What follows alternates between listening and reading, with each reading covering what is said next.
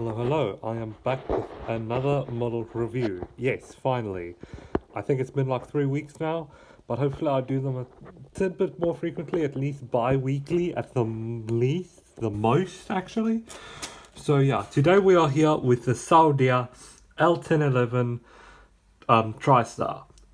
This I've reviewed this model before, but this is a re-review, so yeah, with my better quality equipment. So here we have the type plane type. I'm gonna say it's the L1011-300 that we're reviewing. I'm guessing. The Saudi Arabian logo, though Saudia. I don't know if this was a government plane or passenger plane. I think maybe this was a passenger plane. This was a passenger plane definitely, but I think at the time this was still flying. As you can see, this is not Retrojet's model. It might have been a government plane, for all I know. Because the Saudi Arabian government does use the Saudi logo for many of its government aircraft.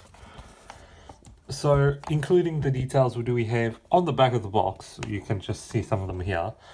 We have the Saudi livery L1011, construction line number. The registration is Hotel Zulu Alpha Hotel Oscar. The plane is powered by 3 Rolls-Royce RB211 engines, and the plane was built in 1980.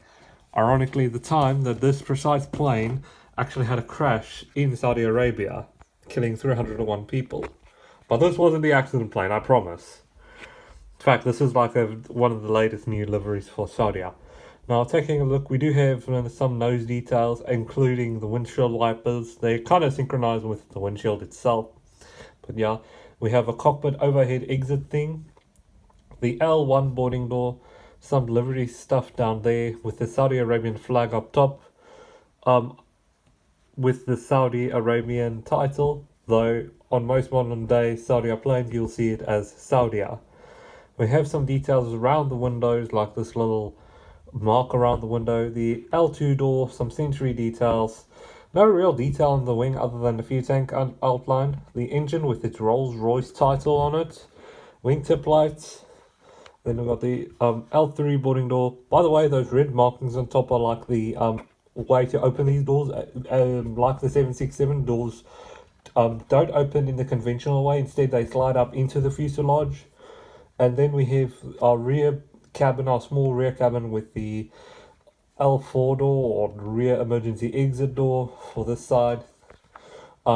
Then we have the registration, the Saudi Arabian flag logo. This plane still looks good, and if you were to fly today, I think people wouldn't be able to tell the difference as much because this thing is absolutely gorgeous.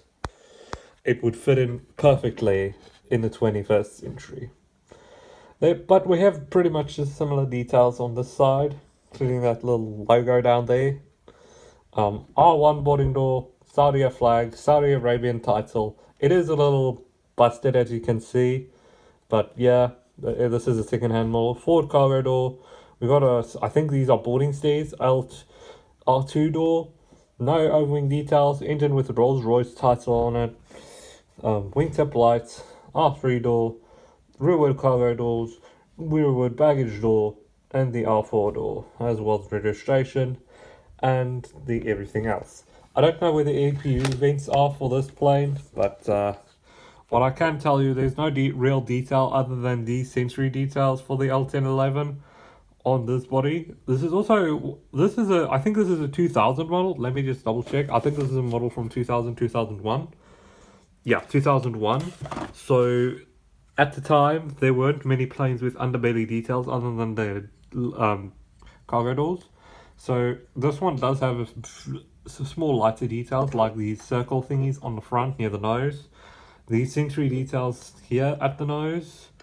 These little logos here. We do have the forward landing gear, which peculiarly is missing its landing gear doors. This is not my only model that has a peculiarity about it, but sure. Forward cargo door. I think this is some boarding stairs. Then we have our little flashy lights, which are not common on the older models. In fact, they're quite rare. We do have our landing gear, Gemini Jet's logo underneath. On the left wing, you can find the registration under the wing. Then we have our rearward cargo doors and rearward baggage doors. And then we have some more sensory details, and I think that's the APU exhaust back there. Those little squares are supposed to represent that. But yeah, also on the newer models, on the older models, the L1011, they for Gemini jets, they didn't add some detail, but on the newer re-engined versions, the engines do actually have details on the backside. They always have detail on the front side, but on the newer models, the detail is better. I will show you once I review the Delta L1011 that I have. But for now, you're just going to have to wait in anticipation. But that's all I have to say about this model. I absolutely love this model. I hope to do as many reviews as I humanly can. But again, most of them are likely going to be re-reviews and so on. But yeah, hope you enjoyed. Please like, please subscribe, please leave a comment. Try and hit 250 subs by the end of February of next year. Peace.